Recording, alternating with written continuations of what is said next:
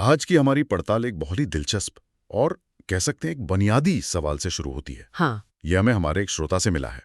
इसमें कोई लंबा लेख या रिसर्च पेपर नहीं है, बस एक सवाल है जो सोचने पर मजबूर कर देता है। अच्छा। सवाल है, पहले कौन आता है, बनाने वाला या वास्तुकार? पहली नजर में ये एक पहेली जैसा लगता है ना, जैसे पहले मुर्गी आई या अंडा।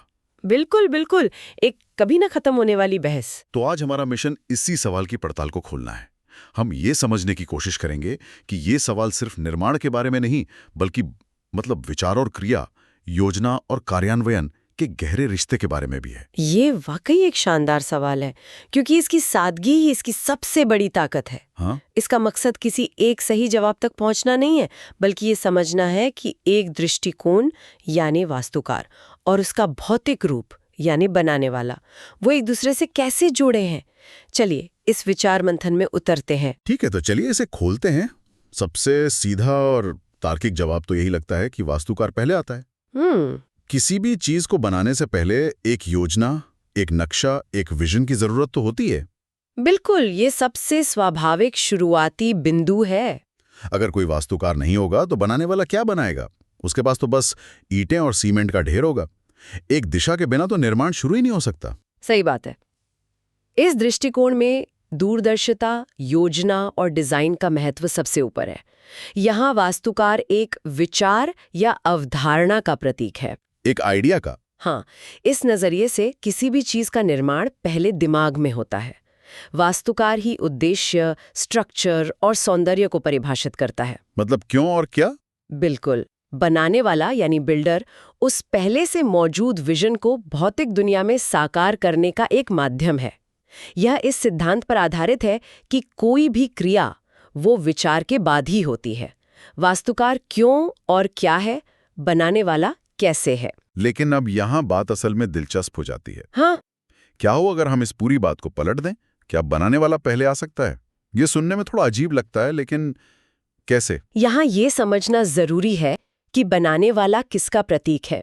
अच्छा। देखिए, औपचारिक वास्तुकला के आने से बहुत पहले इंसान अपनी जरूरतों के लिए रहने की जगह बनाता था।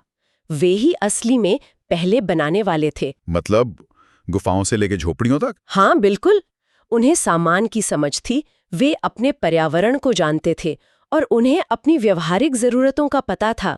ये बनाने वाला वो है जिसके पास काम करने का प्रैक्टिकल ज्ञान है। हाँ। चीजों को बनाने का काम, अलग अलग सामान और तकनीकों के साथ प्रयोग करने की जो प्रक्रिया है, वही ज्ञान को जन्म देती है। तो आप कह रहे हैं कि डिजाइन बनाने के प्रोसेस से ही निकला?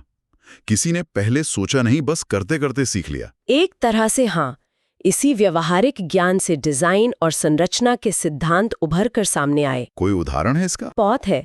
जैसे मेहराब यानी आँच का आविष्कार। किसी ने कागज पर ड्रॉ करके नहीं कहा कि ये वजन उठा लेगा। कारीगरों ने पत्थर रख रख के देखा होगा, कई बार ढांचे गिरे होंगे और फिर उन्हें वो सही आकार मिला। सही।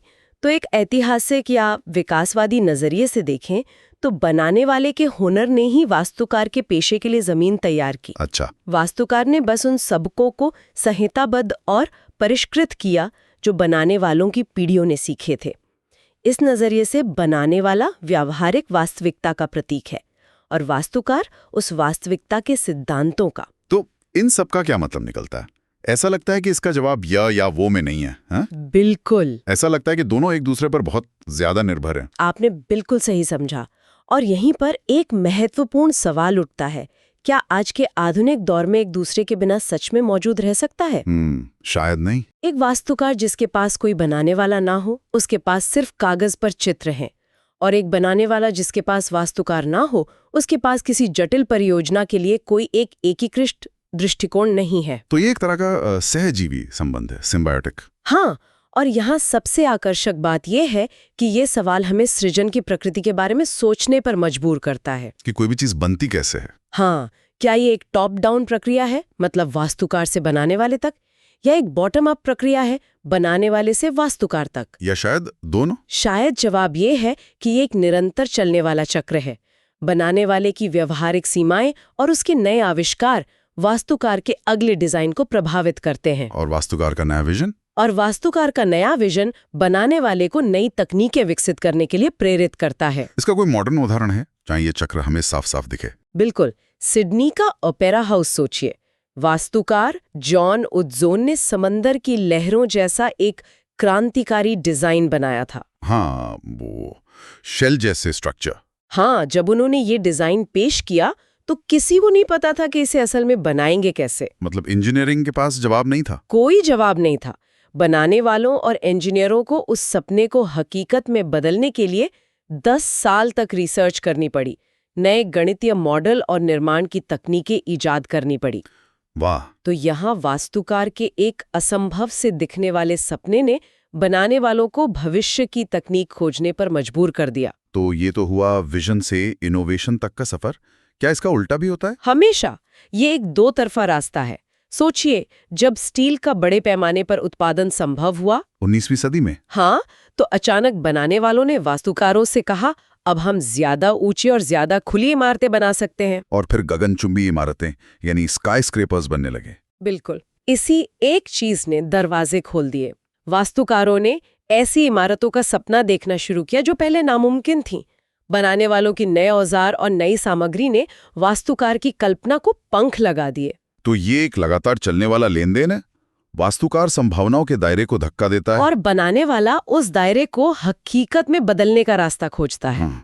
और कभी-कभी नए रास्ते बनाकर वास्तुकार को और आगे धक्का देने के लिए उकसाता है। आपने इसे बहुत अच्छे से समझाया। हमने एक सीधे से सवाल से शुरुआत की थी, बनाने वाला या वास्तुकार?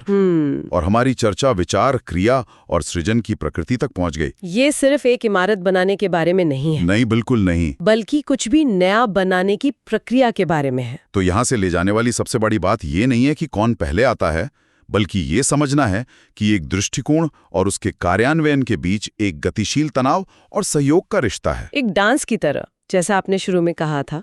हाँ, एक डांस की तरह दोनों ही जरूरी हैं। एक के बिना दूसरे का अस्तित्व अधूरा है। श्रोता के लिए एक विचार छोड़ते हैं। आज का सवाल एक बनाने वाले और एक वास्तुकार के बारे में था। अब इसी विचार को किसी दूसरे क्षेत्र में लागू करके देखें। उदाहरण के लिए, एक कहानी लिखने में पहले कौन आता है? लेखक, जो वाक्यों का निर्माता है, या कथाकार, जो कहानी की संरचना का वास्तुकार है? ये बहुत अच्छा सवाल है। क्या लिखने की क्रिया से कहानी निकलती है, या कहानी की योजना लिखने की क्रिया को दिशा देती है? इस पर सोचिए।